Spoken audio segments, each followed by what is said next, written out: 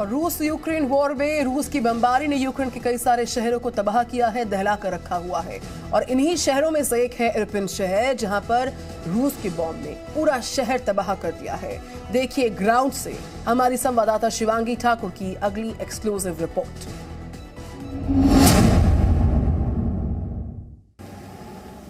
रूस और यूक्रेन के बीच जंग को अब 40 दिन से ज्यादा हो गए हैं और जैसे जैसे रूसी सेना के कब्जे से यूक्रेन की सेना अपने इलाके को छुड़ा रही है, वैसे वैसे बर्बरता की तस्वीरें देखने को मिल रही हैं।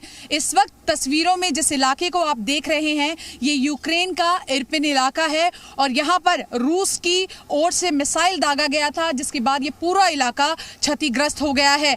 तस्वीरें बयां करती हैं कि जब यहाँ पर मिसाइल दागा गया क्या कुछ हुआ था। और इस वक्त आप देखिए एक साइन बोर्ड जो है वो आपको नजर आ रहा है, एक नाम लिखा हुआ नजर आ रहा है और ये यूक्रेनी भाषा में लिखा है ताजमहल।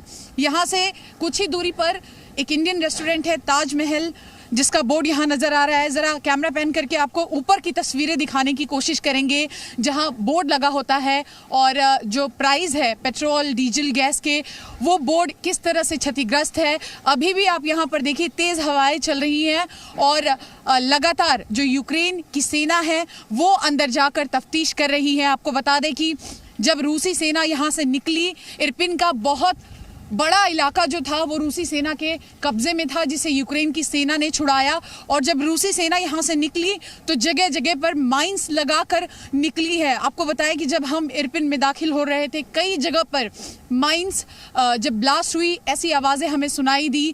कई जगह पर यूक्रेन की सेना इसे डिस्ट्रॉय कर रही है और कुल मिलाकर ऐसी ही तस्वीरें पूरे यूक्रेन में, खासकर जो इलाका रूसी सेना के कब्जे में था, देखने को मिल रही हैं।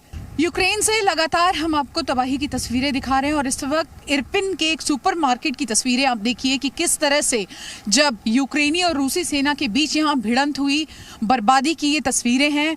और साफ तौर पर आप देख सकते हैं ये बुलेट के शॉट्स हैं, जब दोनों ही सेना के बीच भिड़ंत हो रही थी उस वक्त किस तरह से ये बुलेट के निशान यहाँ पर आपको नजर आएंगे। लगातार ये इलाका जो था वो रूसी सेना के कब्जे में था, जिसे यूक्रेन की सेना ने छुड़ाया है।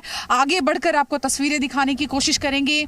ये सब आप देख सकते हैं, ये सभी बुलेट शॉट्स हैं जब दोनों ही सेनाओं के बीच भिड़ंत हो रही थी। और आपको बताएं यहाँ जगह जगह पर जो सिविलियंस थे उन्हें बंधक बनाया गया था। एटीएम पीछे आप देख सकते हैं किस तरह से क्षतिग्रस्त है। यहाँ पर खाने पीने का जो सामान है वो आप देखिए किस तरह से नीचे पड़ा हुआ है और लगातार यहाँ पेट्रोलिंग की जा रही है, क्योंकि माइंस जो है वो बिछाकर रूसी सेना यहाँ से गई है। कैमरा पैन करके आपको आगे की भी तस्वीरें हम दिखाने की कोशिश करेंगे। ये उनका वेयर हाउस है और वहाँ भी ऐसी ही तस्वीरें लगातार देखने को मिल रही हैं।